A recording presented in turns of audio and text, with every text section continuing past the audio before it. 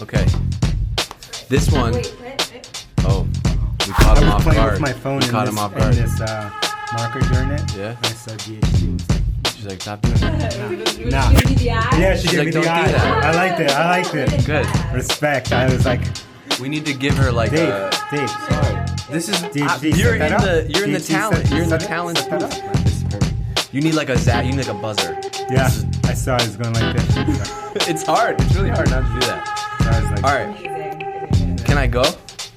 Are we recording? Yeah. We're always recording. Is it? Okay. Triple checking every time. Okay. So the other night we were out. We were having a drink. Yeah. With this guy Paul. What's up, Paul? Okay. The brand master. Wizard. Don't give out the last name, sorry. I won't. No, I won't. I won't give out his last name. I can't even say the last name. Too many secrets coming out here. Too many secrets. So we're at this dinner, having a drink, hanging out, and you started telling a story, and I pulled out my phone under the table. I was like, I gotta write this down. We got to do this. Yeah. And so I want to have you tell this story on the podcast, and we're gonna turn it into something else. But I want the Seeking Wisdom community, like give them the first taste, and we're going to talk about too many secrets. It's okay.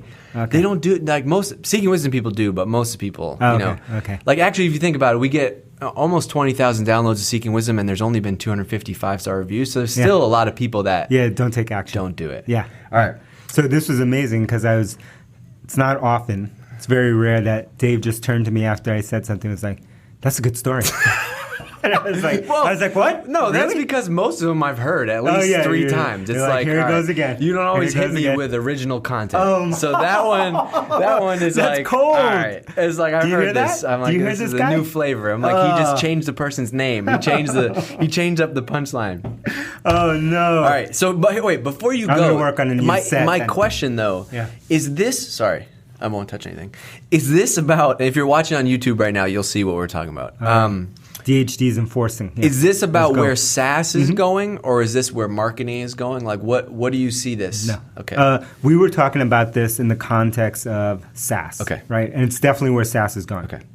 But the more that I look at things, the more that I see that everything kind of follows the same trajectory. Okay. Whether it's in this context SaaS, or whether it's building some other type of product or movement or service or what have you, they're all kind of, I see everything follow this same trajectory. Okay. And so you broke it down into three. I'm just going to help guide you. I'm going to whiteboard this later, right? Yeah. So I've got this cold. Oh, you do have a cold? Oh, all right. cold. Now I was going to just refresh you. Okay. But yeah, we are going to, DC is going to whiteboard this. Okay, but only available on our YouTube video. If you're not there already, I don't know, but go there. DC is going to break this whole thing down on the whiteboard. We accept likes on YouTube. And comments. Comments are where it's at. Yeah. Yeah. Likes and comments. So we're gonna put a video up with this podcast. DC is gonna actually get in front of the whiteboard and break this down. Mm-hmm. I mean, this is how we give away stuff for free. You don't often get to get a lecture in front of a whiteboard from this guy. So Amy, do we have a slimming lens? Take us up on that for the YouTube. We need some We have some filters. A filter. Yeah. Filter slim. Yeah. Okay. We'll be all right. All right. Yeah. So break it down. Tell me. Okay. So we were talking about SaaS, and we were talking about why, as we've talked about in the past, that we choose to invest so much in brands, right? But we've never given you the context for why we do this. And actually why we do this and why I think about this kind of, this flow that everything goes through is why we focus on the product that we are focused on now. It's all super meta. Everything's meta and intertwined and twisted inside this head here. All right. And so what I was describing was in SaaS, the phase that we're in, right? There's 3 phases, right? And we're in the 3rd phase right now. We're in the beginnings of the 3rd phase.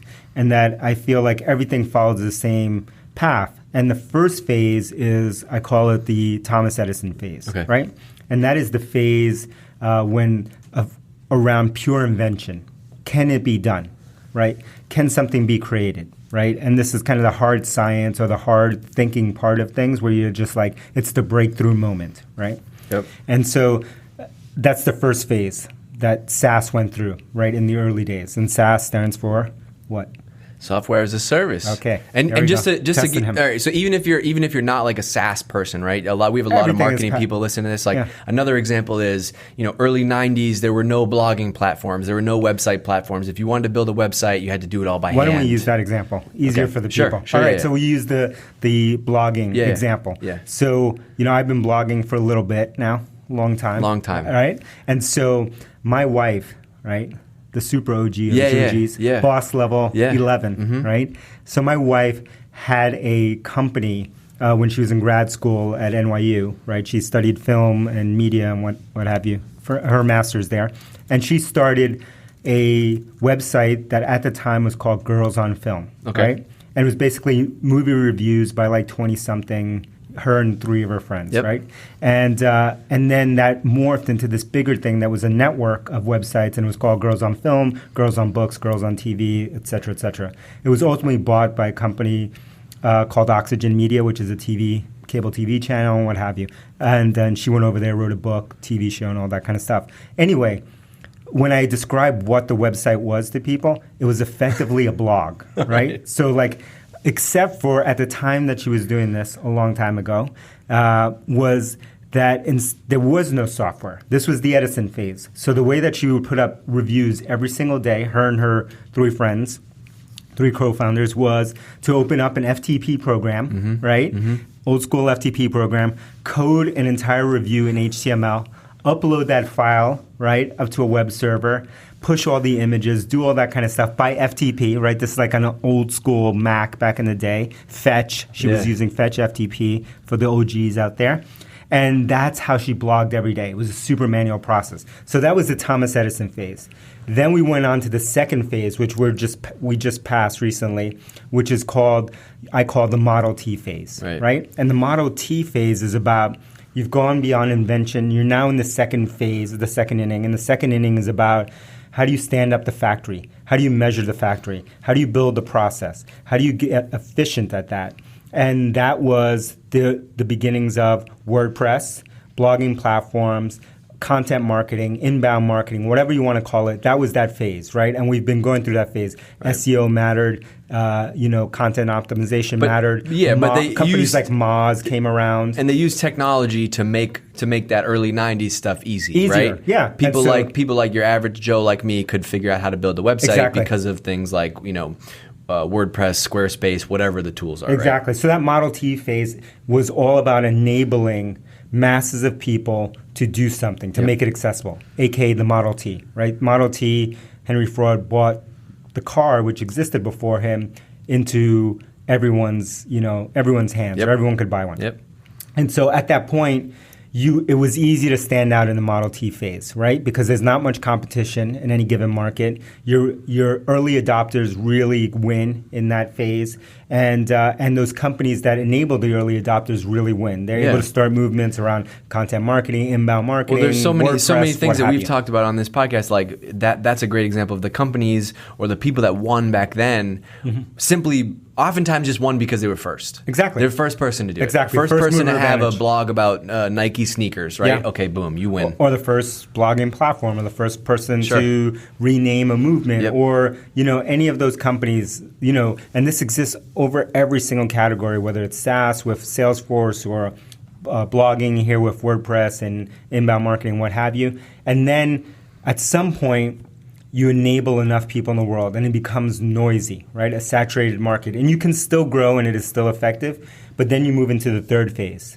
And the third phase is where we are at with, in this example, content and content marketing, and where we are with SaaS, I believe. And that third phase is the P&G phase. Right? If you don't know P&G, it stands for Procter & Gamble, and there's CPG, consumer packaged good products, that sells everything that you could think of in a supermarket, right? That is the phase where you have to figure out, why am I going to pay 20 cents more for Tide laundry detergent than, Cheer, I think it's called Cheer, Cheer laundry detergent, or insert another name there. And even still, most of those are owned by the same damn company, so it doesn't matter. You're just kind of picking. So that third phase is where we are in content today. in terms of written content. It is the third phase is where we are at with SaaS. And so what matters there is investment in brand and standing out. And you have only two choices in that market, right? Because there's massive, you've gone through the second shift, and there's massive amount of people and competitors, just like in SaaS, there's hundreds of competitors in any category. In that phase, you have two choices.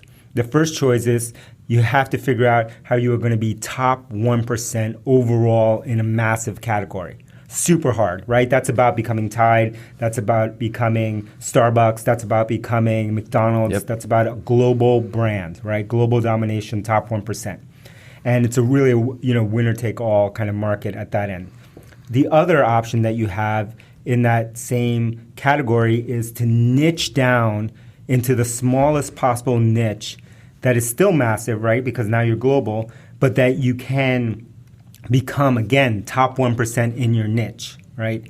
And those are the two ways to win. And what you don't want to do is be anywhere in the middle or be 99% at the global level or down at the niche level. And you see this so many, like especially today with SaaS companies, you see this everywhere, right? Mm-hmm. I'll just use email marketing as a category because that's a well-known one, right? Everybody knew there's MailChimp, there's Constant Contact, right? There's every Aweber, GetResponse, a million of them, right? But then what happened is then these other came out and they said, oh, well, we are the email marketing platform for e-commerce or for Shopify, right? Or for this exact same thing. Right. That's where we are in SaaS, right? So you have either two choices. And here's a dynamic that happens, that when you enter this brand phase, all of a sudden it becomes winner take all, right? In a way that wasn't clear before. So you see companies like, for example, MailChimp that you mentioned before, becoming bigger and bigger and bigger faster, even though there are more and more and more competitors in that market, right? Every day there are more competitors in that market, but for some reason you look at them and they're becoming bigger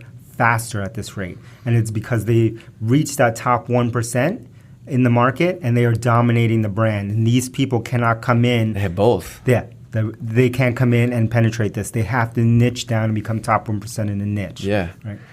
So I wrote a note. You don't even know. I don't even know if you remember that you said this, but the reason I like this phase 3, it's all about building an emotional moat. Yes. Right? That's the moat. What gets you today. That's the thing that people don't understand, right? That first phase, in terms of technology company, let's say software as a service, as a category, that first phase, it's about novel invention, it's about patents, it's about, it's about intellectual property as your moat, right? And then you go into the second phase, the Model T phase. It's not about intellectual property at that point, right? It might be about trade secrets, so things that you're doing, but it's about your operational moat. Either you have a go-to-market advantage, either you have some kind of, you have a cost advantage, and that's what most companies do in that second phase. They develop a cost advantage, right? So they massively scale up so that they can be the lowest cost, they can be the Walmart in their category, right? But in the third phase, that Tide phase, there is no intellectual property moat, there is no operational moat. There is an emotional moat that you have to build around. And oftentimes what comes with that is people actually end up spending more to work with you or be a part of your brand, right? Like people because they self-identify with that brand. People want a safe car. Yes. For a family, so they buy a Volvo. Exactly. Volvos are expensive cars, right? Yeah. They want a Jeep. A Jeep doesn't cost 10 grand like a Camry, right? Like a Jeep is 30, 40K. That's because there's an emotional moat that they've built up with a niche of people. That's where we are with SaaS, right? In any one of your categories, if you're in a SaaS company, you have a gazillion competitors. Now you need to invest, and this is why we invest heavily in brand and we'll continue to, and why we think about building a global brand, not a technology brand, not a Boston brand, not a blah, blah, blah, boring B2B brand, but a global brand, because we think this next phase is about being top 1% in your market. Yeah. So, all right, what's your lesson? Somebody listening to this, like, what is your takeaway for them building a company in marketing? Yeah, in any category. Yeah, doing anything that you're doing is like understand which phase you're in, and then once you identify which phase you're in, phase 1, phase 2, phase 3, that will dictate the tactics and strategy that you should build around 1, building your moat, and 2, figuring out what are your advantages in that, right?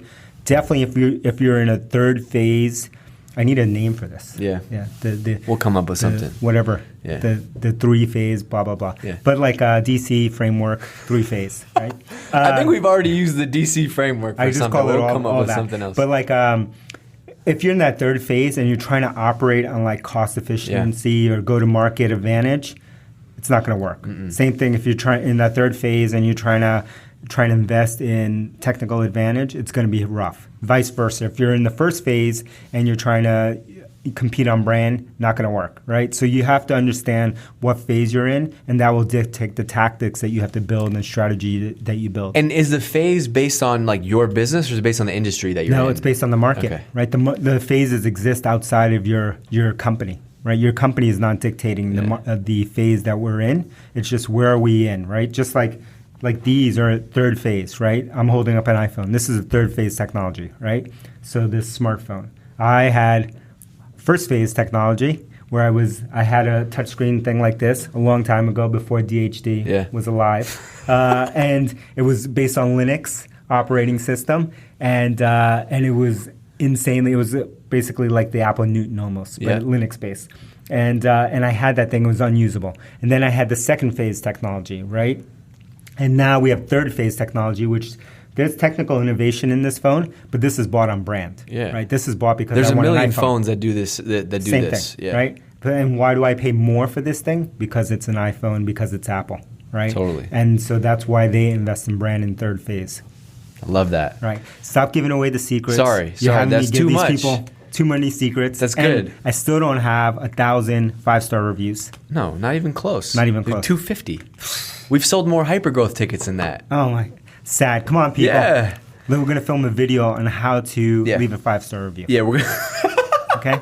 That's gonna be the next podcast. Our whiteboard video. No, that's the next podcast. Yeah. How to leave a 5-star review. All right. Well, I can't. Before we sign off, I can't not shout out the fan love. So this is from MC Pro 21. What's up, MC Pro?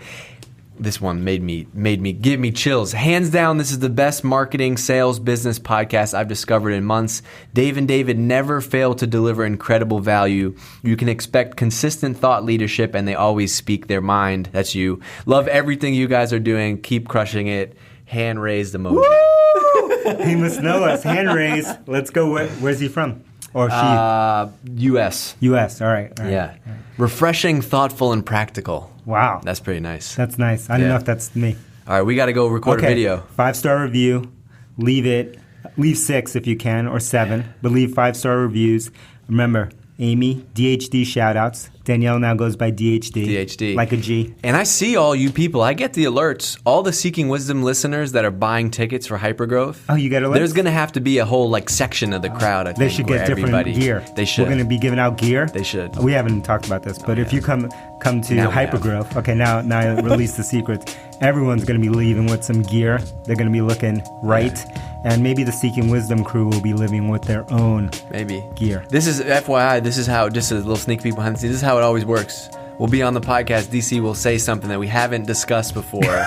Now it is real. Like now, Amy and I are like, oh boy, we need customized swag for everybody. This is great. No, just for Seeking Wisdom people, and then everyone else. The whole crowd is going to be Seeking Wisdom. I don't know. I'm going to check those ticket sales. All right, I keep bumping in the camera. All right. Sign us off. All right, see ya. It's been great. 5-star reviews only. We accept comments, likes, and gifts on YouTube. Love it.